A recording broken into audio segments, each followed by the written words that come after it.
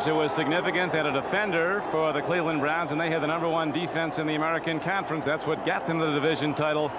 Was the man who scored the last touchdown for Cleveland on the interception return, Frank Minifield. Now for Bob Trumpy.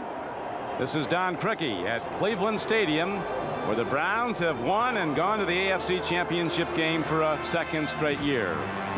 NFL Live will be back with more about today's pro football action in a moment.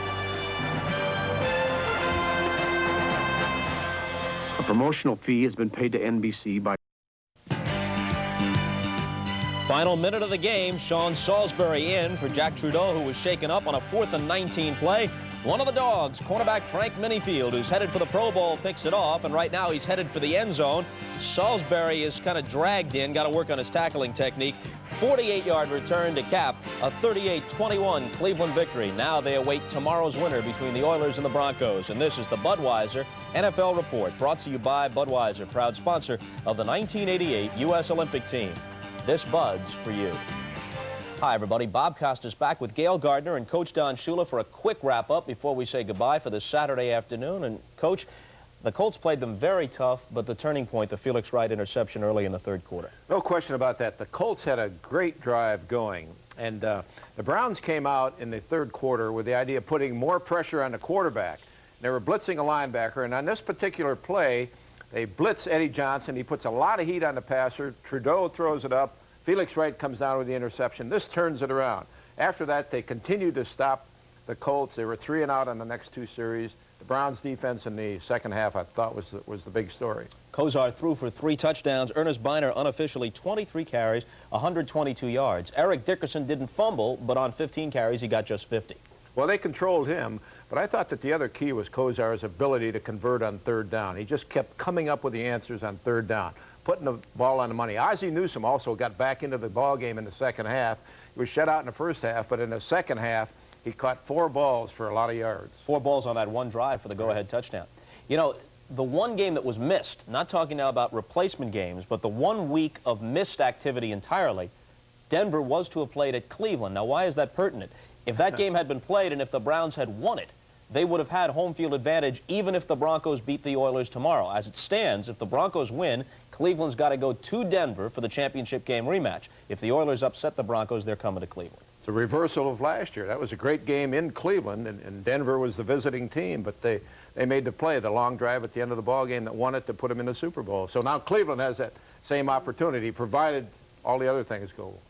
Gail, some thoughts on the Browns? Well, the Browns, really, Bob, had been fighting the reputation of folding when things were on the line. And I think that from the beginning of the season, from the preseason, they felt very much that they had a lot of things to prove this season. Therefore, it was important for them today to be able to adjust to the fact in their heads that they had a real rough time against the Colts in Cleveland earlier in the season. They were terrible offensively. Bernie Kosar had his worst day as a pro. And they seriously had to deal with adjusting to all of the mental problems that they've been having. And I think that Kosar very much showed that, as has historically been the case for him, he is able to perhaps have a poor performance against a club, play them again, come back and adjust and do the job, which he did today. The amazing thing about Kosar, he's about a week to 10 days younger than Vinny Testaverde, who succeeded him at the University of Miami. Had he stayed for his full eligibility, this would be Kosar's rookie season. Right. Now in his 3rd year, he'll be in the conference championship for the 2nd time, and they've won 3 division titles. Another thing I think that was significant today is that they have had a problem all year, the Browns have, with their running game. They were 21st in the league in rushing. They finally started coming on the last about 3 weeks of the season. Today, Kevin Mack doesn't feel well. He's out of the game, and Ernest Biner was able to pick up the slack, and he was a tremendous asset to them today. 122 yards rushing, as we said, plus a touchdown reception and a scoring run for Ernest Biner in perhaps the biggest game considering the circumstances of his NFL career. We'll come back and have reports from the locker rooms next. Browns move on with this divisional playoff victory. Let's go to their locker room. Ahmad Rashad is there with 2 of today's heroes. Ahmad? All right, Bobby, here in the Cleveland Browns locker, a happy Cleveland Browns locker room, where they take another step to your goal to win the championship. Bernie, you know, it was like two different games. The first half, you were a little bit off with the timing of your receivers, but the second half, you came on strong. Yeah, it took us a while to get adjusted out there, and they have an excellent defense, and we thank the Lord for the gifts he gave us out there today, but quite frankly, we expected to go out there and play good and win the game today, and we're not satisfied with just this game. We got a couple steps ahead of us left. Well, a nice business-like attitude, because in the third quarter, you guys really turned it on. Yeah, we needed to. They had a nice drive to start out the third quarter. Our defense came up with a big play, and then I thought it was time for the offense to take over and make some big plays. What about this pass here for the touchdown?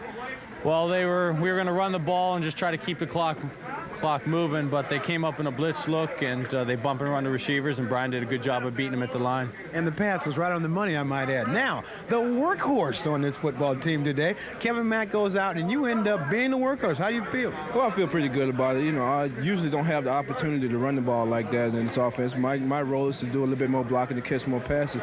But when I get that opportunity, I like to take advantage of it. It seemed to me as the game went on, you started to wear that defensive down. Runs started to break open for you. That's true. The offensive line started really matching. They have been rushing BK all day, so I'm sure they were a little tired. And when they get in that situation, we like to really match on them. You got a little help from Herman Fontenot on that one long run where you fumbled. Yeah, that's true. I'm glad Herman was in the area there. On that particular play, we had talked about being a championship football team before that, and we really needed that one.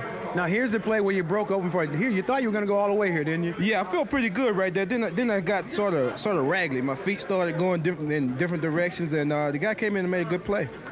Well, you must have, you know, the last time you guys played the Colts, you had a fumble on that 4-yard line. Yeah. Was that going through your mind today? Well, last week it was. I try not to let that, you know, discourage me or anything. It would have distracted me, so I just went out today, tried to relax and play good ball.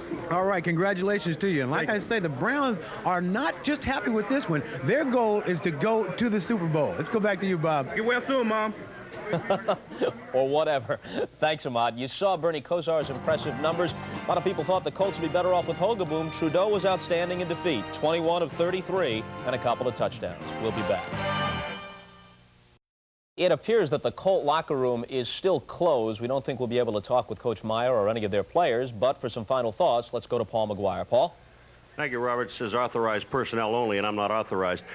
We talked to Ahmad and I at the half about, hey, if the Colts take the opening drive in the second half and move the ball down and score, it would put Cleveland in a bind. Obviously, that didn't happen because they had a turnover, the interception.